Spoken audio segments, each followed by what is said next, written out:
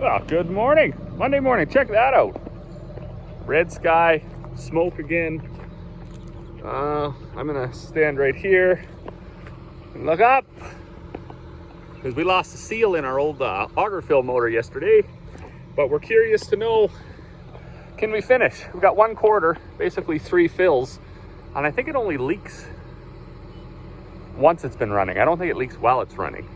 So if it doesn't leak while it's running, that means we can fill and we won't have a bunch of oil dripping into our tank.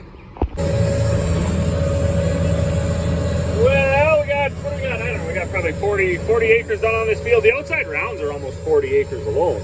And then got a couple rounds in.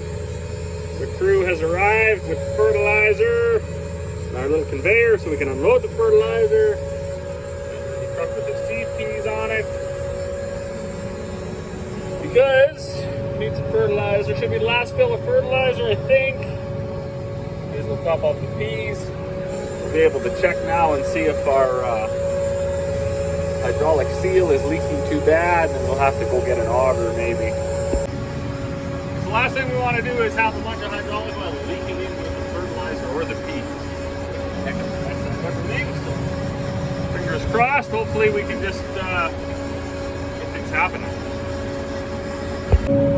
Looks like Mom's taking Carl home. That's all the fertilizer we had left, buddy. It looks like Grandma's taking the conveyor home. Papa already went home to get seed. And me and you, buddy, we're going to do some seeding. Finishing up on your field. Pretty cool, hey?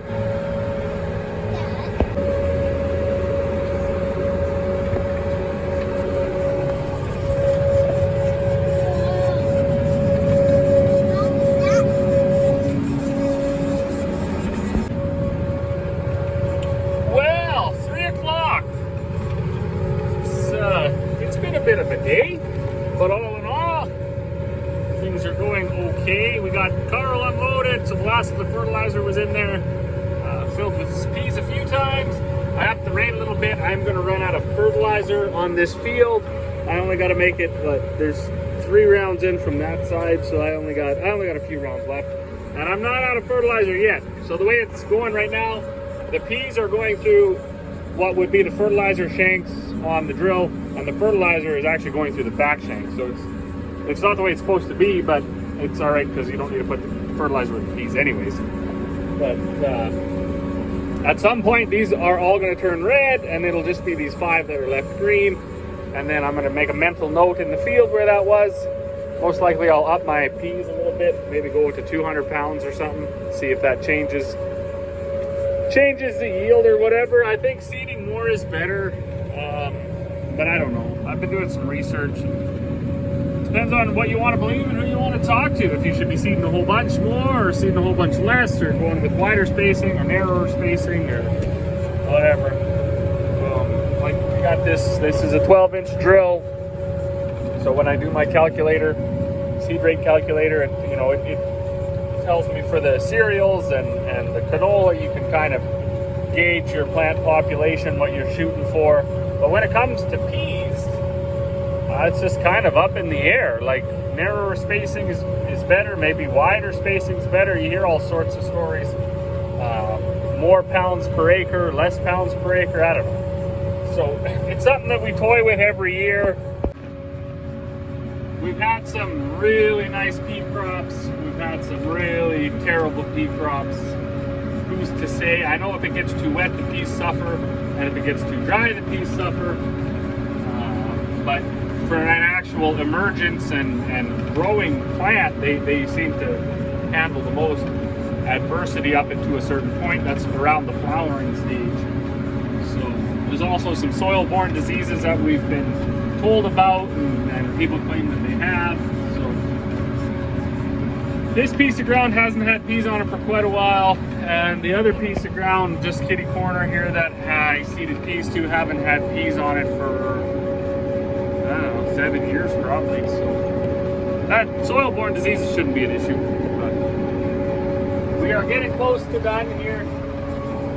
Maybe 5 more rounds. not quite 5 more rounds. And yeah, 2023 should be in the bag. Like maybe an hour, 2 hours, because I think I'm gonna have to fill again.